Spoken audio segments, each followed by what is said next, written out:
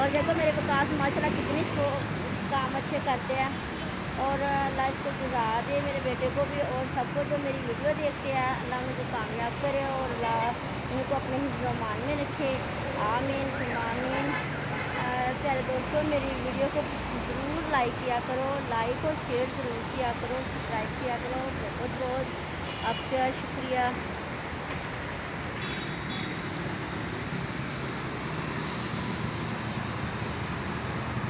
माशाल्लाह।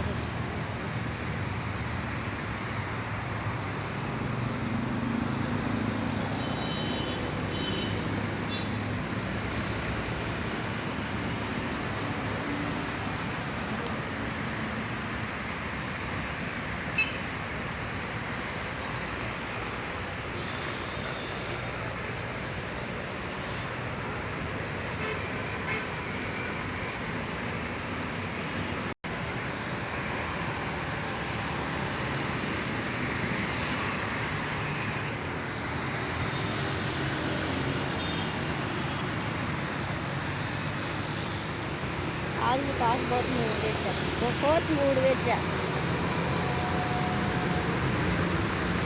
क्योंकि गर्मी बहुत ज़्यादा है तो विकास मूड विच है। हम क्या कर सकते हैं।